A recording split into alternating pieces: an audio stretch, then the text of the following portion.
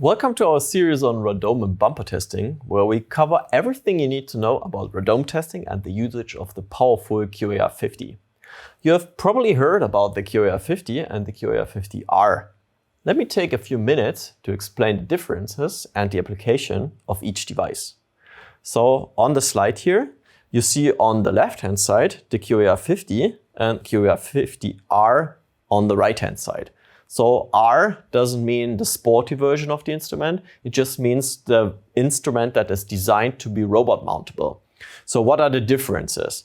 Basically, there's no electronic differences between the two instruments, so all the electronic hardware from Rohde and Schwarz is the same. The only difference is the integration. So with the QAR50 that we have here in the studio, and which is also on the left-hand side of the slide, it weighs around 80 kilograms, so it's quite heavy. And you would need a quite expensive robot to actually be able to mount it and to move it. QAR50R is more lightweight, so it only weighs about 20 kilograms, and therefore you can mount it on much smaller robots and move it around. So if we sum it up, the QAR50 is designed in order to measure design emblems, and the QAR50R is designed to measure the bumpers. So for stationary parts, you can use the QAR50. And if the part is moving, you can also use the QAR50. When do you need the QAR50R?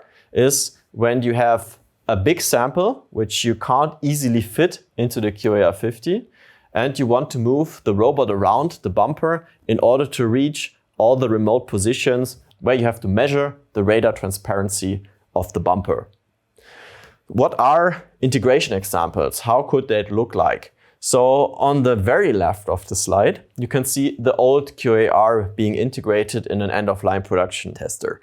So the QAR is lying on top, the samples are below it, and they are rotating and being measured with the QAR.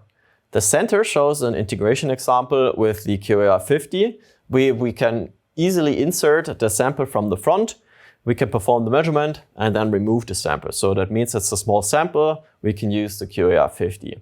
On the right-hand side, you see the QAR50R mounted on the robot. So that is exactly where you have the big samples and you want to move the robot around the samples in order to read the remote positions. I hope I could clarify when to use which instrument. And that was actually the intention of that video.